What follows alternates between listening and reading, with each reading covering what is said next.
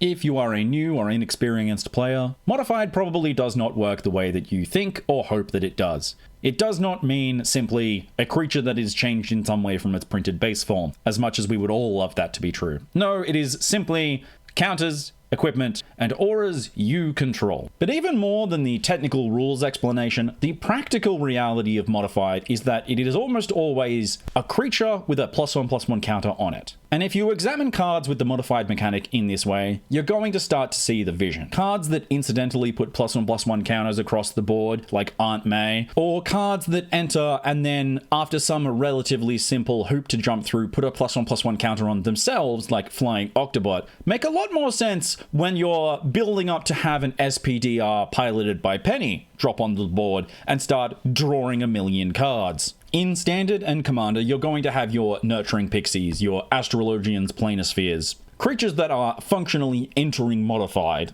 and thus incredibly stable and reliable to play around, like subscribing to this channel for a new short every day covering every rare and mythic that hits Standard. But the real potential power of Modified is in finding that edge, towing that line of creatures that need just a little bit of extra effort to become Modified, because usually they will come with an additional upside if you're willing to play their game. Flying Octobot is an incredibly easy to enable 2/2 flyer for 2 mana that then continues growing as you play additional Flying Octobots. And if you ever cast a Modified creature payoff, you just get rewarded for doing the thing that you were happily doing anyway. Costume Closet can catch all of the millions of +1/+1 counters from your Octobots. SPDR, piloted by Penny, lets you draw a million cards off your flying, increasing in size 2/2s. But probably most importantly in this set is the fact that we have Connive, just an inbuilt, costed into the cards, so essentially free, way of having the creatures